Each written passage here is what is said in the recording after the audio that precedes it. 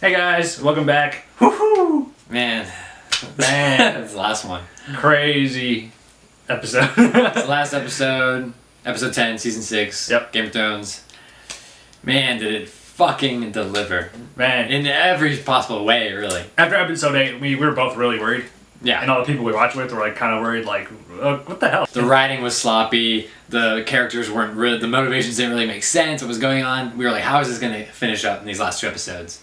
Last week Great. was amazing. And then this week, great. Amazing. First thing, the opening of this episode, man. Yep. Beautiful. Yeah, this first 15, 20 minutes, it's all in King's Landing. It's very slow and methodical. The direction is amazing. And basically it's setting up Loras Tyrell's trial. And Cersei's trial. Yeah, and it's at the Sept of Baelor. All the sparrows are there. The High Sparrow, Marjorie's there. Lord Tyrell is there. It's just packed from people from King's It's Landing. packed with everyone except Cersei. And Tommen. and Tommen. And the Mountain.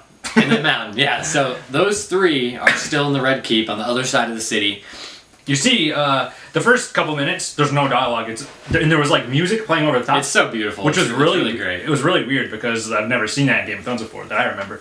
And you see Tom and he's like getting dressed in Yeah, his not for king- this long at least. in his king's garb or whatever, and then he goes to walk out. The Mountain steps in the door, and he's like the whole door. He's like the size of the door, Yeah. and he like puts his arm on his shoulder. He's like, yeah. And he's Tommy's like, go. And I was like, he's gonna rip his fucking head off right here.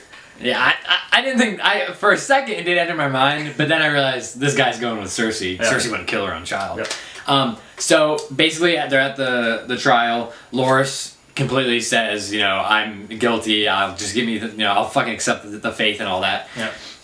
So they carve the symbol yeah. into his head for the faith, and obviously the High Sparrow is fucking pleased with himself. And Marjorie is pissed off because she didn't agree to him being scarred like that. Cersei's trial is about to begin. Yeah, Cersei's trial's about to begin. The High Sparrow's like, well, where the fuck is she? So he sends the Lancel. Lancel and Lannister. a couple of the other guys. Yeah, so some of the guys run back to the Red Keep. Lancel, on the other hand, sees this little kid running down into this tunnel. And he's like, what the hell is that all about? So he's following him.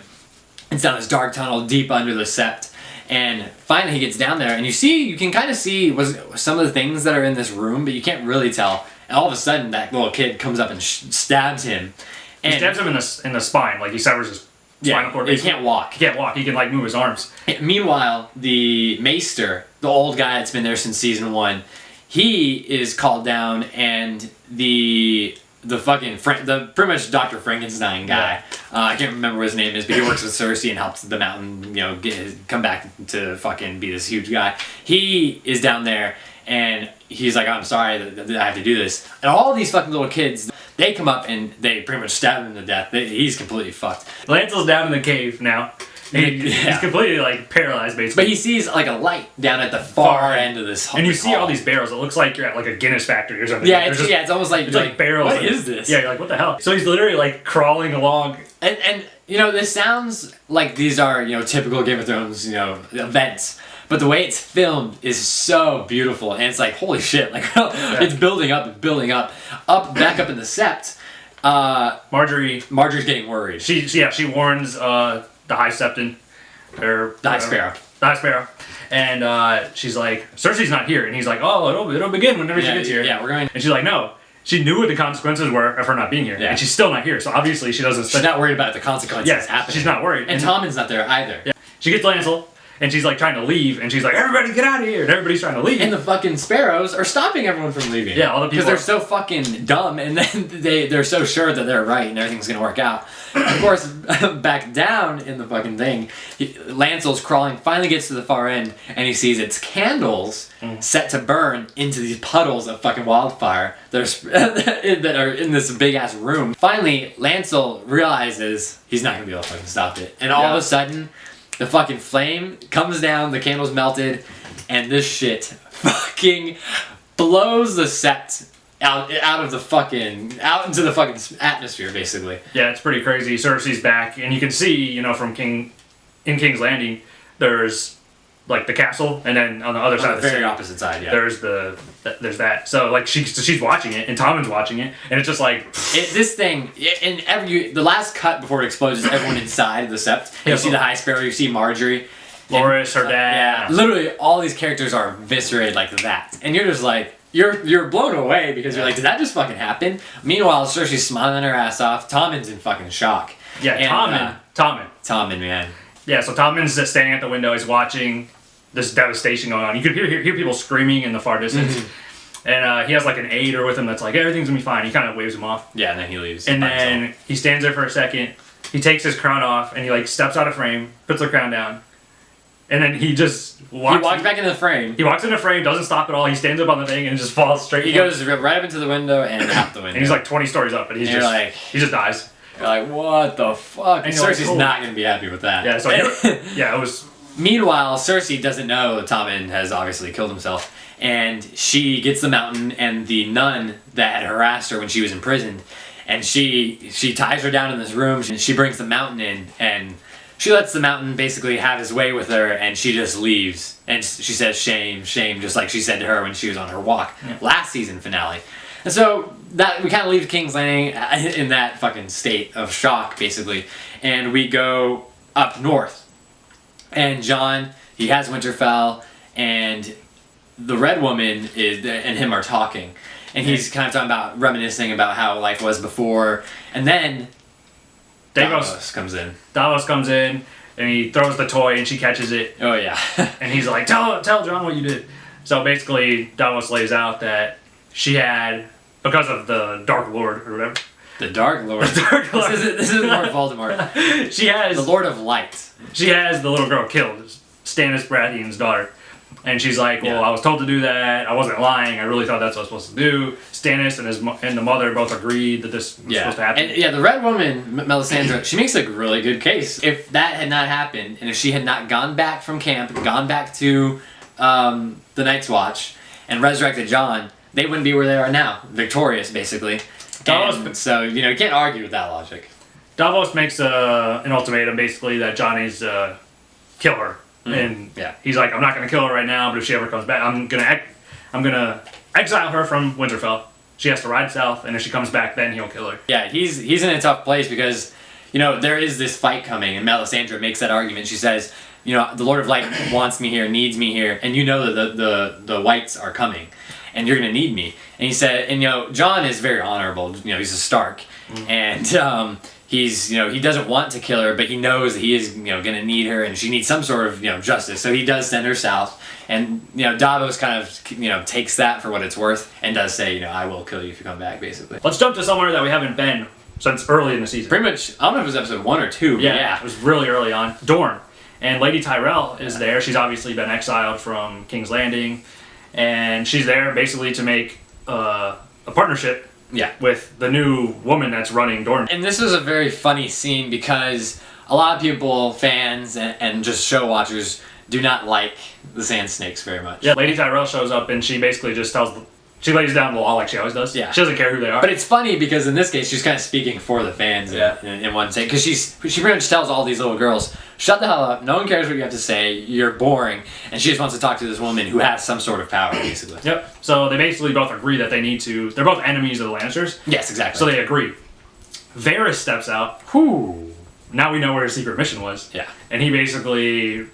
He says, hey, we got someone that can help. We got someone that can really Fire help. and blood, son. All of us. So yeah, they're gonna... Dorne, Daenerys, and the Tyrell, what's left of them, basically, they're gonna team up against the Lannisters, and, we'll see what happens with that. It's very interesting. But back in Meereen, we have Daenerys and Dario basically having a conversation. I mean, Dario does love her, without a doubt. Daenerys basically says, I can't bring a lover to Westeros because I need to marry somebody at some point. Possibly to form an alliance and really get a stranglehold on Westeros. Yeah, you can't go and conquer something and have this baggage, basically. And so Dario, he proclaims his love for her. He really lays it out there. And it was kind of nice because Dario, we haven't really seen him so, out there. Yeah. And so he's talking about how he loves her and he doesn't need the crown. He can just be there for her. And she says she's not really having any of it.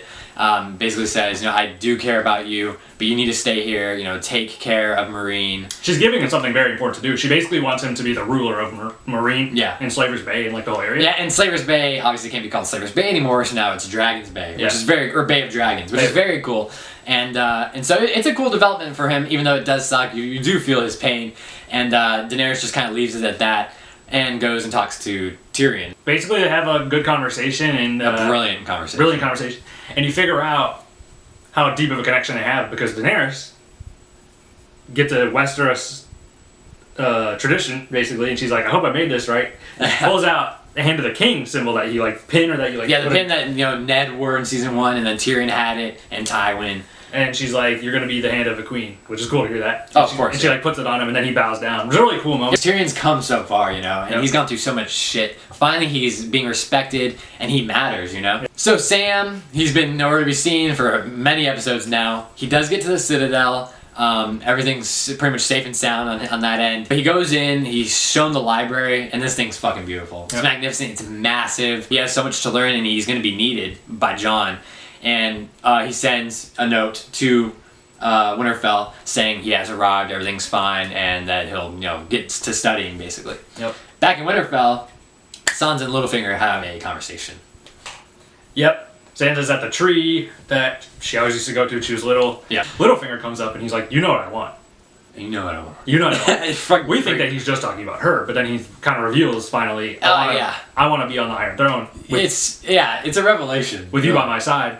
And he tries to kiss her, she stops him, and she's just like... She admires his mission, but she can't be a part of it, is basically what she says. It's a really interesting revelation because Littlefinger's always been behind the scenes, and he's been behind everything from the beginnings, episode 1.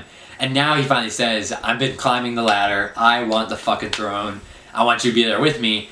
And now he's just kind of left out to fucking dry. And, it'll be interesting to see where that goes. Walder Frey and Jaime Lannister are at the Frey's, place, and they're having celebration because they got the castle back from the Blackfish. And they have a little conversation where Jaime's kind of knocking him, and then, they kind of ended on weird terms, and Jaime's turning around to go back to King's Landing. Yep, and there was this girl that kept looking at Jaime the whole time, and they kept showing her, and you're like, "Oh, she's really pretty, whatever." And then we just think she's trying to hook up with Jaime because he's like, he's Jaime. So they all leave, and Walder Frey's basically eating dinner by himself the next day. And the girl comes up and she's like serving him, and he's like, "Oh, you're not from around here, I've never seen you." And she's like, "Yep." And then he's like, "Tell my stupid sons to get in here." And then she's like, "They're already here." She points at the fucking It's in his pie or his bread or his meat pie. And he opens it, and there's like eyeballs and like fingers. fingers. It's fucking gross. And you're like, what the fuck's going on here? You're like, what the hell? And then she rips off her fucking face, man. And guess who it is? It's Arya. It's fucking Arya. And she's like, "I want the last thing you see to be a Stark smiling over you, basically." And she like grabs his head back, slits his fucking throat, and he's like bleeding. And we think that's freaking crazy. Like, oh, it's fucking crazy, all right. Yeah, she's getting her list done basically, and wow, how she fucking showed up pretty much without any warning. Arya's a really skilled assassin at this point. Her whole plot line is very interesting, and it's probably one of the top ones I'm most excited for next season. Yeah. Because she really has so many options, and it'll be really cool to see how she progresses. So Jaime's already left at this point after Arya kills Walder Frey. Yeah, he's on his way back. He's getting to King's Landing. He shows up. He doesn't know what the hell's going on. He comes up on the hill, and all he sees is like smoke and crap. Yeah. He goes in to the Red Keep, the throne room. Yeah. And there's like shitload of people in there. It's fucking packed. Cersei comes in like surrounded by the mountain and all of her. She's dressed, it's a fucking tease. Her king's guard, her queen guard. Yeah. She gets up there, and then the little Dr. Frankenstein guy is like, he puts the crown on her. Oh my god, yeah. And she sits down. She sits on the fucking Iron Throne. He's like, this is Queen Cersei, the first of her name. She does the whole thing, and Jaime fucking walks in, and he sees it happen. He didn't look happy about it. He had tears in his eyes. Because Cersei getting crowned, you know what that means. Tommen's fucking dead. He looked not happy about it. And he left. It's funny because he left wanting to do this for Cersei. That was his mission, to get back to her and to Tommen and to save both of them, basically. And now it's over. And she looks right at Jaime and just turns away. So, oh man, what a shitty situation to be in for Jaime. And it's very interesting now that Cersei finally has the fucking throne. What does this mean exactly? Bran is still north of the wall. He's with the girl and with his uncle. His uncle basically gets him off the horse and says, I have to keep fighting. He says, I have to keep fighting and fighting for the living people. Yeah, he mentions he has magical protection because of how he was changed, and he can't go across the wall with them. Yeah. So Brandon's basically sitting there, and then he sees a crying tree. Mm-hmm. And he's like, I'm the three-eyed raven. And then he's like, I'm going in there. Yeah. So he goes needs in there. to go in there. He goes in the tree, and he starts warging or whatever this they call it. This is the scene. And he goes to the tower. The Tower of Joy. Here we are again. Ned is walking up the fucking stairs. Which we haven't seen this since very early in the season. He goes in there, his sister, Leanna, is in bed, and there's like blood everywhere. She just gave birth, obviously. And she's like, I'm scared of what's going to happen, and John's like, everything's going to be fine. And then you hear like a baby crying, and, and then she's like, you need to take care of him, you need to take care of him. Oh, man. And she basically says, you can't really hear all the dialogue, but she says he'll have him killed if he finds out, referring to Robert Baratheon, who's just taken the throne from the Targaryens and Rhaegar. And if he found out Rhaegar's a fucking kid running around, he would obviously execute him. So they hand Ned takes the baby. And they do like a close-up of the baby's face. Yeah. And then it's Jon. And then basically baby morphs into Jon Snow back at Winterfell in today's time. In present time, yeah. And really cool scene. You know, a massive it's a big revelation for the entire revelation. It's a big revelation for the entire fucking series, man. Oh, people have been questioning this in the books for fucking, going on 20 years now. So this is a huge day for Game of Thrones. Sick day. So now, we're back at the north with Jon and Sansa. People are questioning Jon for fighting with wildlings still, because they're still new to that whole thing. Yeah, these are Northerners, you know. So basically, Lady Mormont, right? Yeah, the little stands girl. up and she's like... She gives a great speech. She's like questioning all these old battle-hardened men, and she's like, "Why don't you help Jon? Why don't you help Jon? Why don't you help Jon? Because you're all fucking scared. You all said that you would fight for the Starks, and you didn't. None of you. Yeah, you made all these pledges and all that, and then these old men basically say one by one, they explain themselves, they ask for forgiveness, and they pledge their swords to Jon Snow, announcing him as the White Wolf, King of the North. Man, oh fucking man. They say they think anyway, he has Ned Stark's blood in his veins. It doesn't matter that he's a bastard. And man, it felt good to see this. It was very nostalgic. It reminded me of Robb when he first got anointed, basically. There was a little worrisome part though towards the end, because Sansa's sitting next to Jon, and they're feeling pretty good. Jon stands up, and then you see Sansa, and she looks over in the corner. And then Littlefinger's like... Littlefinger looks so fucking creepy and devious. He looks... And then Sansa's like... Yeah, Sansa looks kind of worried. So, as happy as this moment made me, I'm pretty worried about next season already, because Littlefinger's up to no fucking good, man. He can't be trusted. He's mad that Sansa's not getting with him, and I don't know. I hope he backs Jon. He kind of mentioned that when they were talking at the tree, but you can never trust him. And we'll segue straight into the final scene of the episode. And wow, really cool segue. Really yeah, exactly. Daenerys is on her boats. Holy shit. She has Theon's boats and whatever other boats. A fuck ton of boats, let's just say that. Yeah, they have a they're painted black. They have these really cool dragons on the front. They're gold. And then the sails are black with the red Targaryen sigil. It's awesome. It's an awesome scene. The dragons are flying over top. They're swooping over top. There's tons of boats. Daenerys is on a boat with herself, Tyrion, Varys is there, so the people from Dorne are with him, and Missandei's there, and Grey Worm is on one of the boats also. Yeah. You see, they make sure to show you on all the boats. You see Unsullied, you see Dothraki, you see horses underneath. Yep. They're coming, man. Oh, and then of course Theon and his sister, they're coming as well. So the Greyjoys are there. The people from Dorne are there to help her. They're coming. And then the last shot pulls out. So many fucking boats, can't explain it. And then the dragons come swooping over, flying to the camera, and that's it. That's the season 6, baby. I mean, you gotta imagine they're going straight to King's Landing, right? I would think that Theon's gonna say maybe once they find out about Winterfell that they might want to head there first. Maybe. That'd be very, very interesting. Yeah, this is super exciting. Wow. What a fucking episode, man. 5 out of 5 easily. 5 out of 5. Probably. I mean, I'd have to think about all the episodes that have been in the series. It's a top 10. There's been 60 episodes now, right? Mm. This is the 60th episode. These last 2 episodes might be the 2 best in the series, honestly, after what was the worst one in the series, in my opinion. Oh, God. So, great retribution, man. Great job on the showrunners for these last 2 episodes. Great direction, same director for both. Yeah. Great cinematography, great writing. It's so fucking pleasing. This has been an amazing season. Maybe the best ever. If you haven't watched this episode yet, The fuck you doing? What the fuck are you doing with us? Don't listen to us talk about it. Fuck's sake. Thank you guys for watching this whole season. Yep. Thank you for sticking with the videos. Thanks for giving likes and views and subscribing. We really appreciate it. We have a ton of other videos, reactions, movie reviews, comic book reviews that we love doing now. Thanks for watching, guys. Thank you.